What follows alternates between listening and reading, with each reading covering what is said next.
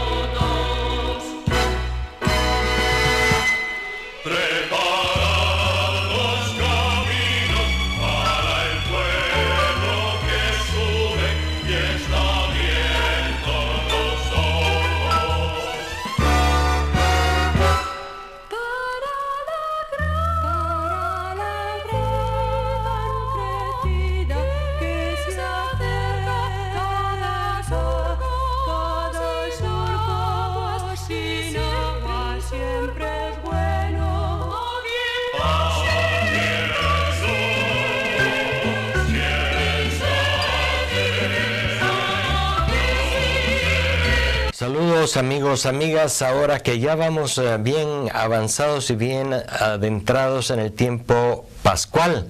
Ya estamos ahora en el quinto domingo de la Pascua. Acuérdense que son solamente 7 domingos y que se llega a Pentecostés, cumpliéndose así estos 50 días posteriores a la celebración de la Pascua, que justamente, como les he dicho otras veces, tienen el objetivo de irnos ayudando a profundizar sobre este misterio de la resurrección de Jesús, pero sobre todo de hacer que no lo veamos nada más como un acontecimiento del pasado, sino que verdaderamente descubramos lo que tiene que ver con nuestra propia existencia. De manera que les sigo deseando a todos feliz Pascua, porque la Pascua es todo este tiempo en el que nuestros corazones deben volver a alegrarse a pesar de las dificultades, a pesar de la vida rutinaria y a pesar de los problemas nacionales o internacionales de cada día.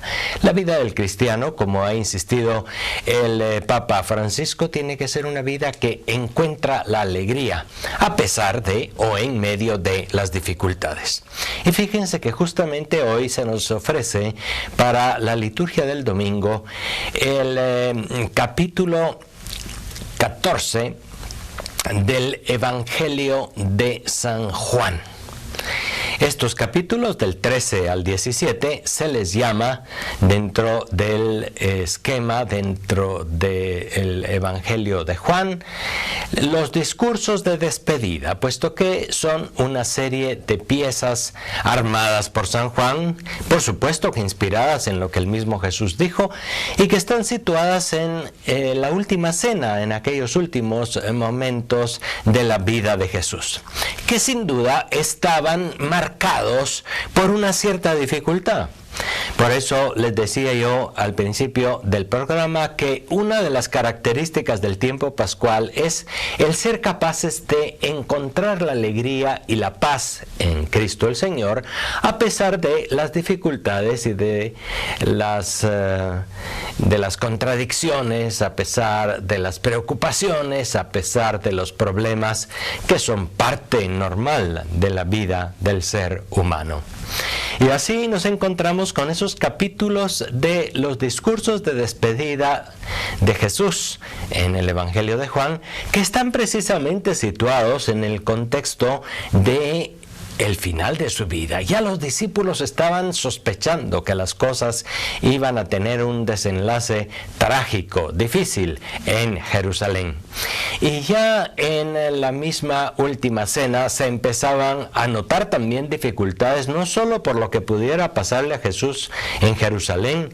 Él estaba decidido a subir a Jerusalén, a ir a la ciudad, y en la ciudad le esperaba pues la adversidad de las autoridades judías y la adversidad también de las autoridades romanas. Y no solamente eso, sino que también en la última cena, en el capítulo 13 se nos habla de este elemento. Los mismos discípulos de Jesús están como en inquietud, y Jesús ha anunciado que Judas le va a dejar, que va a negarle Pedro, y que por lo tanto también en el grupo hay una cierta adversidad, una cierta dificultad.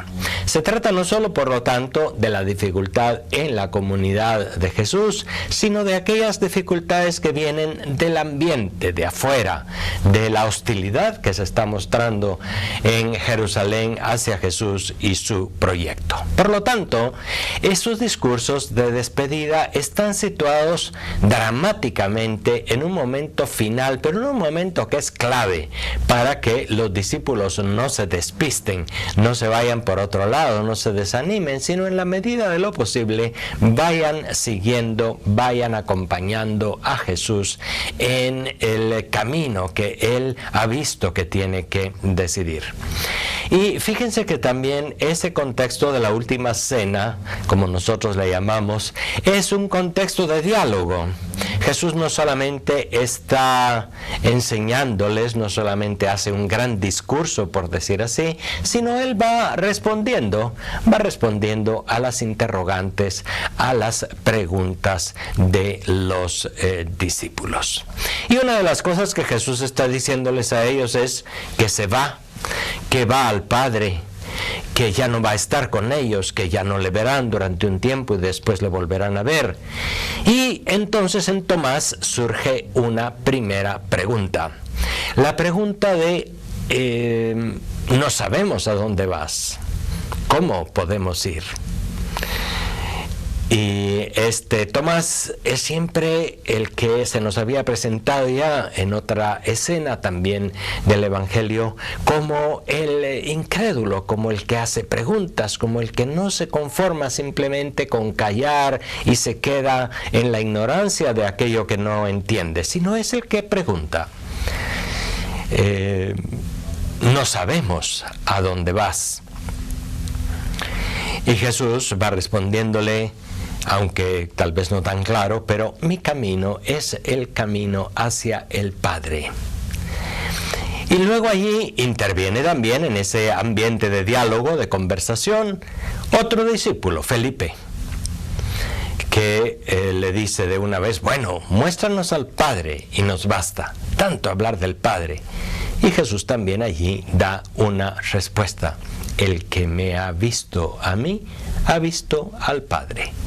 Hay una afirmación de Jesús que podemos decir es central dentro de este capítulo 14 que en este domingo contemplamos. Es la afirmación de Jesús: yo soy el camino, la verdad y la vida. Nadie va al Padre sino por mí. Podemos decir que en ese versículo está concentrado todo el mensaje de este capítulo que nosotros estamos viendo. Yo soy el camino, la verdad y la vida. Nadie va al Padre sino por mí. Es necesario volver a pensarlo. Es de estas frases del Evangelio de San Juan que nos refieren a lo más personal de Jesús. Jesús muchas veces usa el yo soy. Se repite muchas veces en el Evangelio de Juan. Juan, yo soy. Jesús está manifestándose, está revelándose como Dios al fin y al cabo. Dios es el único que en el Antiguo Testamento dice, ve a los egipcios y diles, yo soy, me envía a ustedes. Yahvé, yo soy. El que es, me envía a ustedes. Bueno, pues esta revelación de Jesús, yo soy el camino, la verdad y la vida, es lo que puede centrar nuestra atención en este quinto domingo de la Pascua.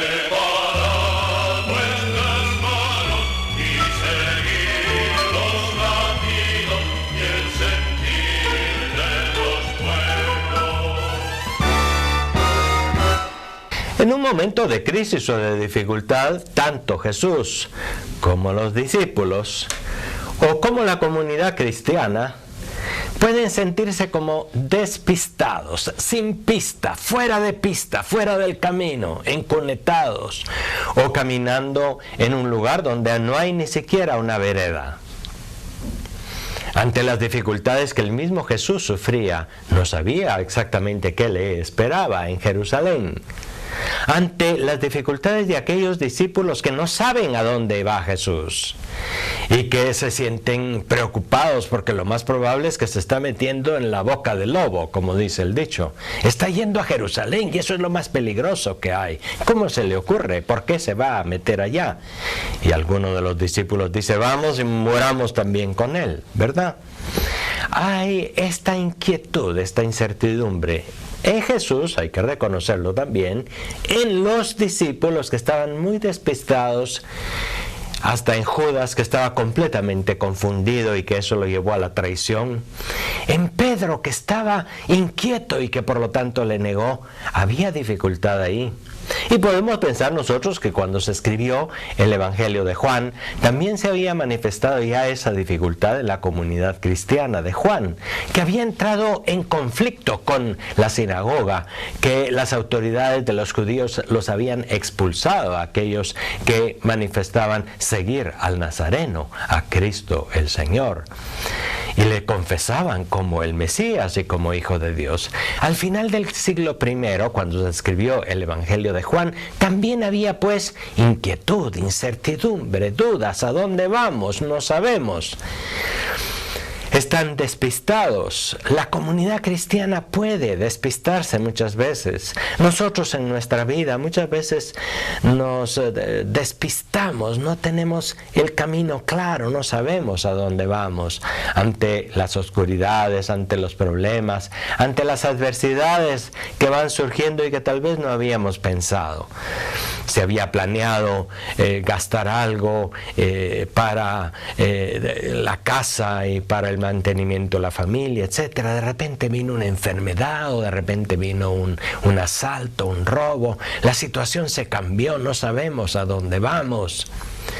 Es algo propio de la circunstancia del ser humano a veces no saber a dónde va, tener inquietudes, tener oscuridades, salirse del camino. Cuando hay mucha niebla, cuando los faroles de los autos no están en buenas condiciones, muchas veces los carros o las camionetas se salen del camino, se accidentan. De manera que es necesario saber a dónde vamos. A veces hay oscuridades, a veces hay niebla, a veces hay problemas. Eso es inevitable. Lo pasó Jesús, lo pasó la comunidad cristiana primitiva, lo pasaron los discípulos más cercanos de Jesús. Es lo que debemos constatar hoy también al ver esos capítulos 13 al 17, los discursos de despedida de Juan. Están en ese contexto de inquietud, de una cierta incertidumbre. Y es allí justamente donde Jesús hace esa afirmación clave, central: yo soy el camino. Y fíjense que cuando Jesús se manifiesta como el camino, nos está diciendo: yo soy la hoja de ruta. Si quieren caminar por el camino correcto, si no quieren caerse, si no quieren extraviarse, si no quieren irse a la cuneta cuando hay niebla, si no quieren caer al barranco cuando no se mira bien el camino, caminen como yo. Eso es lo que Jesús está diciendo. Yo soy el camino, que puede decir: yo soy la forma de caminar. Yo soy el ejemplo para hacer bien el camino a pesar de las oscuridades, las dificultades. Ni Jesús, ni sus discípulos, ni la comunidad cristiana van siempre por autopistas perfectamente señalizadas. Nosotros aquí en Guatemala pues adolecemos de autopistas bien señalizadas, pero hay países que las tienen y que son una maravilla. Todo está claro, bien iluminado, bien, y cuando hay algún peligro ponen de inmediato un montón de anuncios luminosos, etcétera. Pero la vida no es siempre así, no es una autopista del primer mundo perfecta, en perfectas condiciones. La vida muchas veces es como uno de nuestros caminos rurales, con sus dificultades, sus piedras, sus subidas y bajadas, sus curvas, sus imprevistos. Otro camión que se quedó enfrente, otro que se le rompió una llanta. Y por lo tanto, ante una vida que tiene sus dificultades, es necesario saber cómo caminar. Jesús es el que enseña cómo caminar. Y por eso les decía yo también, Él es el primero que tuvo las dificultades al subir a Jerusalén. Pero ¿qué era lo que tenía Jesús claro para caminar? Ahí hay otra pregunta clave. El Padre. Jesús sabe a dónde va, y Jesús sabe en manos de quién va. Va en manos del Padre. Y eso le ayuda a tener confianza. El Padre, por otra parte, no le ha trazado un camino perfectamente hecho, no lo ha puesto a caminar en una autopista del primer mundo, de Alemania o de Estados Unidos. Lo ha puesto a caminar por los senderos pobres y polvorientos de Galilea, pero confiado siempre en el Padre. Fíjense que solamente en este capítulo de San Juan aparece 25 veces la palabra Padre. Jesús tenía obsesión, por decir así, por el Padre. Era lo que tenía más claro en su vida. Jesús sabe quién es el Padre, es de dónde proviene. El Padre y yo somos uno. Todo el amor, toda la confianza, todo el conocimiento del Padre está con Jesús. Y entonces las cosas que pasan, las piedras, la niebla, los accidentes, los imprevistos, todas las cosas del camino, son secundarios. Todo pasa si tiene confianza en el Padre. Y por eso también Jesús les dice dentro de su afirmación fundamental a los discípulos: nadie va al Padre sino por mí. Al Padre no se le puede conocer, como quien dice, en una visión espectacular. La petición que hace Felipe a Jesús en este texto del domingo quinto de la Pascua es como pedirle que haya una gran revelación, una maravillosa revelación de quién es el Padre, porque Felipe dice, tanto que nos habla del Padre y no lo conocemos. Muéstranos al Padre y nos basta, le dice Felipe. Y viene la respuesta de Jesús. El que me ha visto a mí, ha visto al Padre. Otra de estas frases claves del Evangelio de Juan, otra de estas frases claves de Jesús. Quien ha visto a Jesús confiado, caminando en paz y serenidad, aún en medio de las propias dificultades, ha visto al Padre.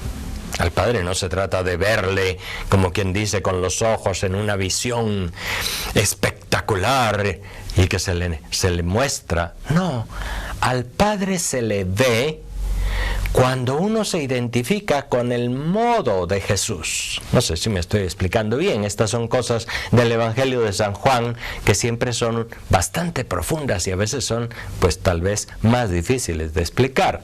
Pero por ahí vamos. El que ha visto a Jesús, el que se pone a ver a Jesús, mira quién es el Dios de Jesús, que es el Padre.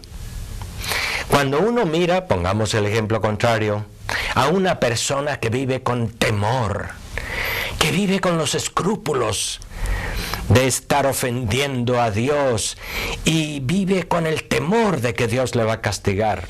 A veces hay gente que vive así. Esa persona nos está mostrando quién es su Dios. Su Dios es un juez que no tiene nada de misericordia, que lo va a castigar si falla en la más pequeña cosa. Cuando vemos a esa persona, vemos en el Dios que cree. Cree en un Dios inflexible, en un juez castigador, o por el contrario, en el juez que lo va a absolver y le va a dar un premio si se portó bien. Esta persona que vive en la tensión por cumplir perfectamente con todo y vive en el temor al castigo divino, nos está manifestando quién es el Dios en el que cree. Es el Dios juez, el Dios sin misericordia, que no tiene nada que ver con el Dios que Jesús nos ha manifestado. Pero el que ve a Jesús, ve que Él está en una confianza completa, en un abandono constante en las manos del Padre, aunque vaya llevando la cruz, aunque sus discípulos no lo entiendan y uno lo traicione y otro lo niegue, aunque se sienta solo y abandonado de todos los que lo habían aclamado primero. Jesús va allá en la confianza en el Padre.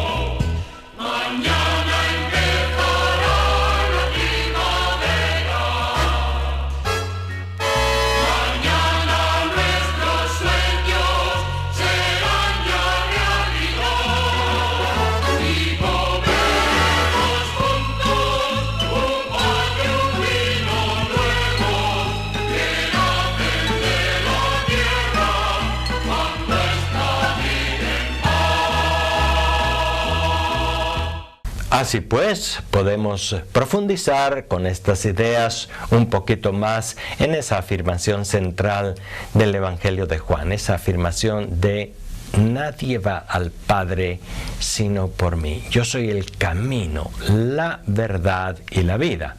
Digamos algo también sobre estas otras afirmaciones de Jesús. Yo soy la verdad y luego yo soy la vida.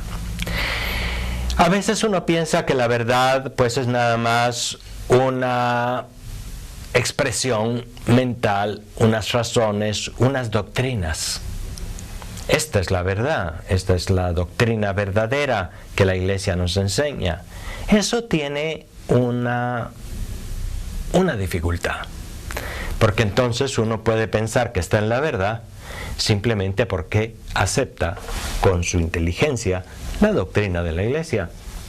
Y por lo tanto, también puede despreciar a otros que no conocen esa doctrina de la Iglesia como gente que está en la mentira o en el error. Y fíjense que la verdad no es solamente, por lo tanto, una definición doctrinal. La verdad no es únicamente ese conjunto de cosas que encontramos nosotros en el credo o en el catecismo. No, la verdad es Jesús. Volvemos otra vez a eso, ¿no? Es la manera como Él actúa. Es la manera como se relaciona con los demás. Es la manera como se relaciona con el Padre en total abandono y confianza. Él es la verdad. No es una doctrina, por lo tanto. Es un modo de ser, que es el modo de ser correcto, verdadero. Jesús por eso dice, yo soy la verdad. No porque nos ha comunicado muchas doctrinas muy claras. Fíjense que ahí es donde está la diferencia clave.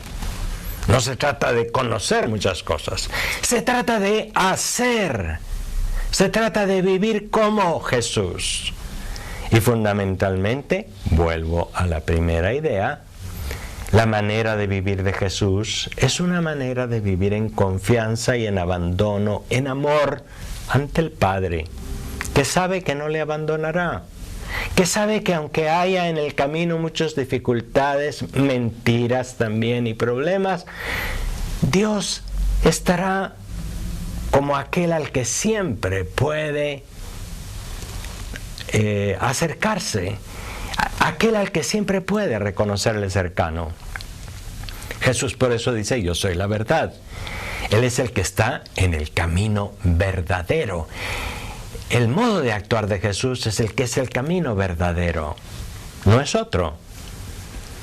La verdad, por lo tanto, no es nada más una doctrina. Hay quien, pongamos otro ejemplo, puede saberse muy bien la doctrina, puede repetirle a usted el catecismo y puede explicárselo.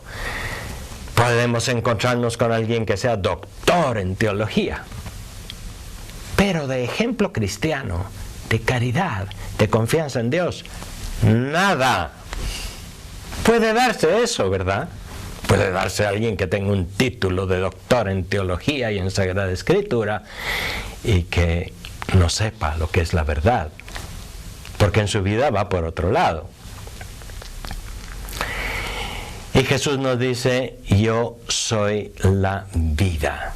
Son las tres afirmaciones de hoy. Yo soy camino, yo soy verdad, yo soy vida.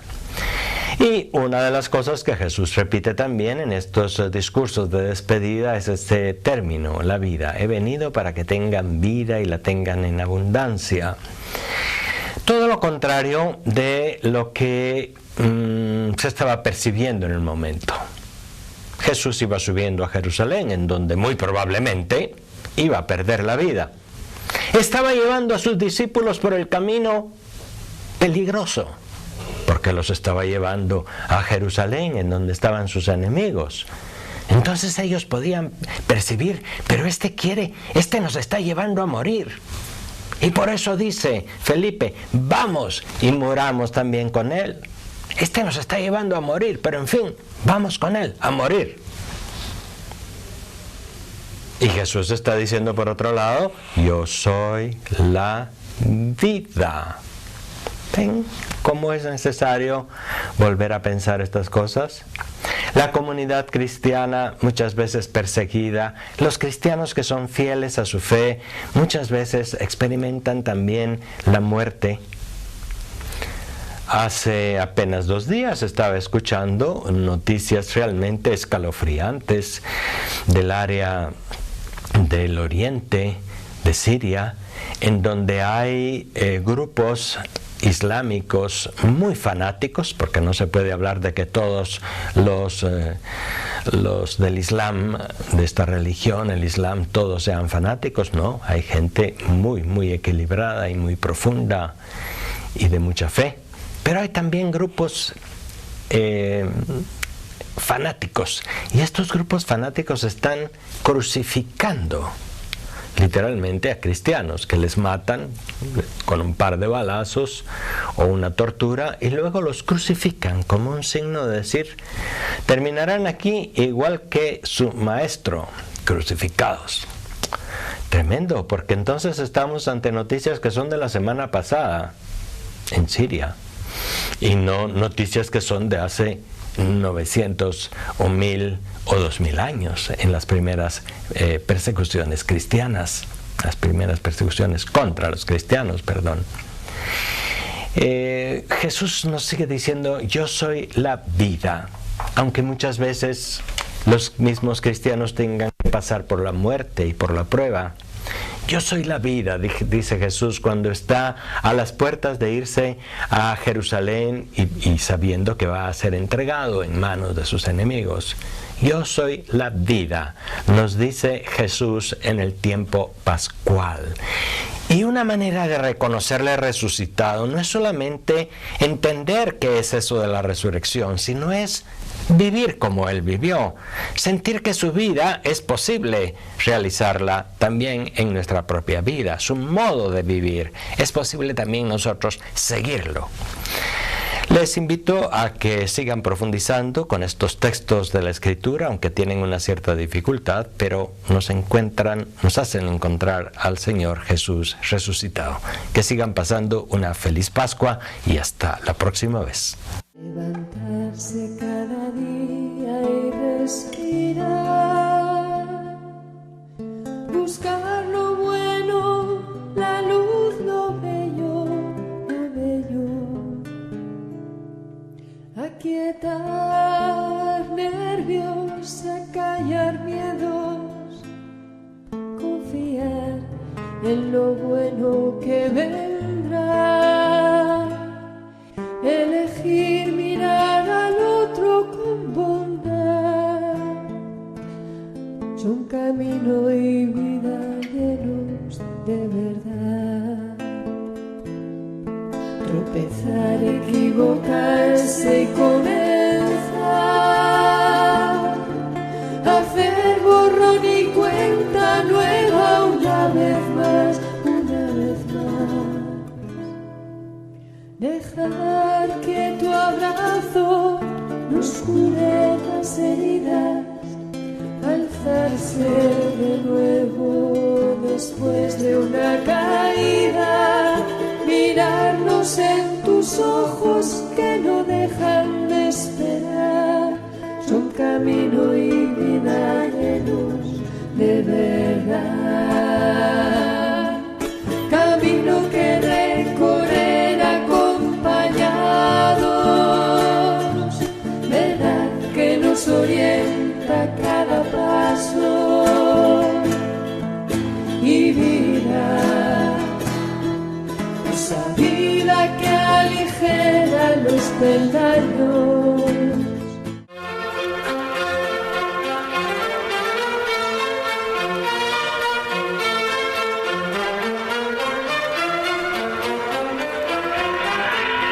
Diócesis de la Verapaz presentó